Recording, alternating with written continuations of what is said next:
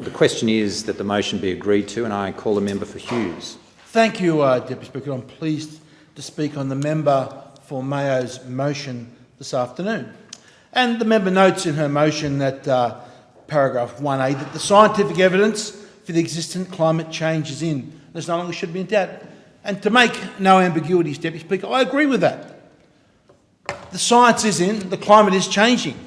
We only have to look at a recent paper published in January 2014 in the journal Nature that said Australian tropical cyclone activity is lower than at any time in the past 550 years. We don't have to go to the Australian Bureau of Meteorology, their numbers, and we see, Deputy Speaker, a declining trend in cyclones in this nation. In fact, for the season 2015-16, there was not a single severe cyclone striking Australia. Not one. And yet we compare that, Deputy Speaker, back to the season 1984-85, when we had no less than 11 severe cyclones. And yet, the other season, Deputy Speaker, not a single one. So yes, the climate is changing. There are less cyclones affecting Australia. We see the same in tornadoes in the USA. Significant downward trend, Deputy Speaker. This year, likely the lowest amount of tornadoes in history. So yes, the climate is changing. We look at the information on snowfall, Deputy Speaker. Winter snowfall in the Northern Hemisphere is actually the trend is increasing. So we are getting more snowfall in winter in the Northern Hemisphere. The climate is changing. Deputy Speaker, we are a land of drought and flooding range. The current drought is terrible, as I'm sure that you among all members in this place know. But thankfully, Deputy Speaker, if you look at the rainfall records, the drought, Deputy Speaker, was far, in many places in this country, far worse back over 100 years ago. So yes, we are seeing all those climatic changes. But Deputy Speaker, we hear also in this motion that the government should take serious action on climate change. Well, Deputy Speaker, I say that the greatest moral challenge that we face as members of Parliament is to admit that nothing that we do in Australia will actually change the climate. This is what not only the science says, but what the chief scientist says.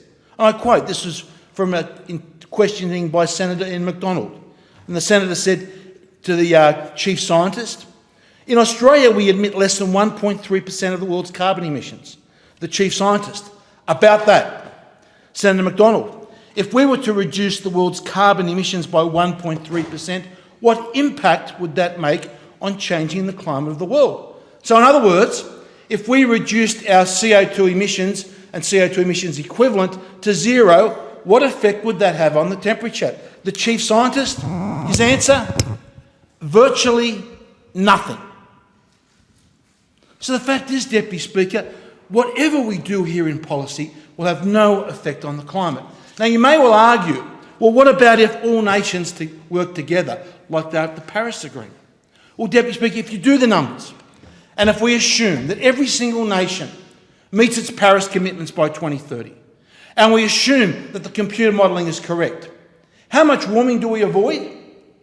1/20th of 1 degree by the year 2100. That is what is achieved under the Paris Commitment, 1/20th of 1 degree.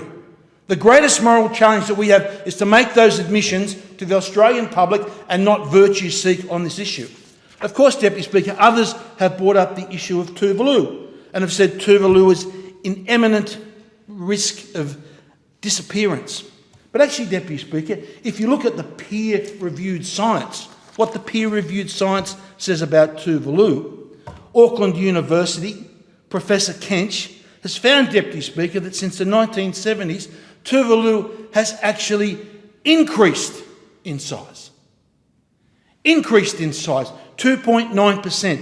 And the professor says, the study findings may seem counterintuitive, but the dominant mode of change over time on Tuvalu has been expansion, not erosion. That is the peer-reviewed science. Now, when we talk about taking action on climate change, Deputy Speaker, it's very important to remember that our electricity sector, which we all talk about with our solar panels and our wind turbines, is only 1/3 of our CO2 emissions.